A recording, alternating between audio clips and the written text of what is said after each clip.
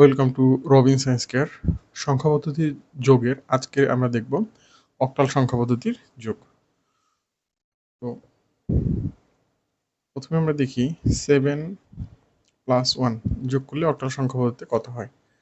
তো আমি ধরে নিচ্ছি তোমাদের মনে আছে যে যোগ করার সময় যোগফলটা কখনোই বেজের সমান বেশি হতে পারবে না। ছোট হলে আমরা স্বাভাবিক বসাই দিব। খেয়াল করে দেখো এখানে কি হচ্ছে, 7 আর 1 যোগ করলে 8 হয়ে যায়।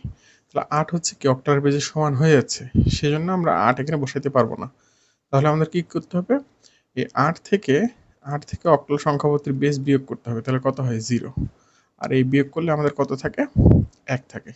তাহলে অ্যান্সারটা কি হবে 10 হবে। অর্থাৎ অক্টাল সংখ্যা পদ্ধতিতে 7+1 = 10। তো বোর্ড প্রশ্নে অলরেডি এরকম প্রশ্ন চলে এসছে যে অক্টাল সংখ্যা পদ্ধতিতে 7-এর পরবর্তী সংখ্যা কত। অর্থাৎ কোনো সংখ্যার সাথে যদি আমরা 1 যোগ করি তাহলেই কিন্তু আমরা পরবর্তী সংখ্যাটা পাই। সো এক্ষেত্রে কি হচ্ছে, 7-এর পরবর্তী সংখ্যাটি হবে হচ্ছে 10। আমরা আরও কিছু যোগ দেখি। 7, 6, 1, 2, 3, 5। আচ্ছা, তাহলে 5 আর 1 যোগ করলে কত হয় 6। যেহেতু এটা বেজের ছোট আমরা বসাই দিলাম। 6 আর 3 যোগ করলে 9 হয়ে যায়। 9 যেহেতু বেজের বেশি সেই জন্য 9 থেকে আমাদের অক্টাল সংখ্যা পদ্ধতির বেস 8 বিয়োগ করা লাগবে। তো 9 থেকে 8 বাদ দিলে কত থাকে 1 থাকবে। আমাদের হাতে ক্যারি হিসেবে 1 আছে, 7 আর 2 হচ্ছে 9 হয়, আর হাতের ক্যারি 1, সেটা যদি যোগ করি তাহলে 10 হয়ে যায়।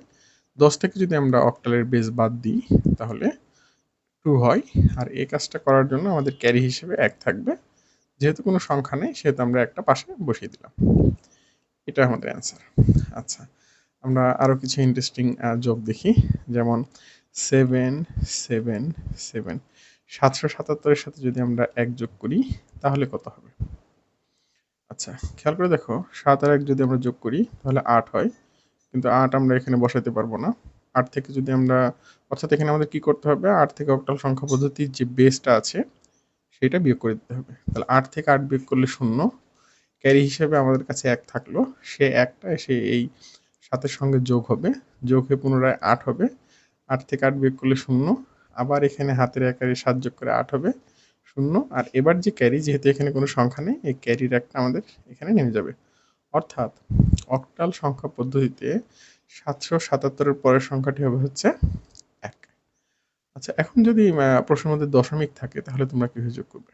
সাপোজ ধরে নাও 365.12, এই অক্টাল সংখ্যার সাথে আমাকে যোগ করতে হবে 127.36। তো আমরা এটাকে স্বাভাবিকভাবেই একটি নিচে আরেকটি দিয়ে লিখি 365.12। দশমিক বরাবর আমরা দশমিক দিলাম, দশমিকের ডান দিকে কি আছে 36, বাম দিকে আছে 721। আচ্ছা, এটাকে আমরা যোগ করি এখন। 6 আর 2 যদি আমরা যোগ করি তাহলে 8 হয়। 8 তো হয় না অক্টাল সংখ্যা পদ্ধতিতে, যেহেতু বেজের সমান হয়ে গেছে। 8 থেকে 8 বিয়োগ করলে 0, 3 আর 1 4, আর ক্যারি হিসেবে হাতে 1 আছে, তাহলে ওইটা যোগ করলে কত হয়ে যাবে, এটা 5। এখন কিন্তু আমাদের ক্যারি হিসেবে কিছু নাই, কারণ যা যোগফল হয়েছে আমরা তা বসাই দিছি। আচ্ছা, 7 আর 5 যদি আমরা যোগ করি তাহলে 7 যোগ করলে কত হয় 12। 12 তো আমরা বসাতে পারবো না, 12 থেকে 8 বাদ দাও, বাদ দিলে কত হয় 4। তাহলে এখানে কত আসবে 4। আমাদের ক্যারি হিসেবে কত থাকলো 1 থাকলো। 6 আর 2 কত হয় 8, আর আমাদের যে ক্যারি সেটা 1 এখানে যোগ হয়ে গেল। আচ্ছা, তাহলে 8 9, 9 থেকে 8 বাদ দিলে কত হবে 1 হবে। আমাদের ক্যারি 1 এপাশে যোগ হয়ে যাবে, 3 আর 1 হচ্ছে 4, আর ক্যারি যেটা ছিল 1 যোগ করলে এটা কত হবে 5। এ হচ্ছে আমাদের অ্যান্সার। আশা করি তোমরা বুঝতে পেরেছো। যদি বুঝতে পেরে থাকো তাহলে আমি যে সংখ্যাটা লিখছি এটার উত্তর কত হবে সেটা কমেন্ট বক্সে আমাকে জানাও। হ্যাঁ, এটা তোমরা কমেন্ট করে আমাকে জানাতে পারো যে এটার উত্তর কত হবে। ভালো থেকো, আজকে এ পর্যন্তই।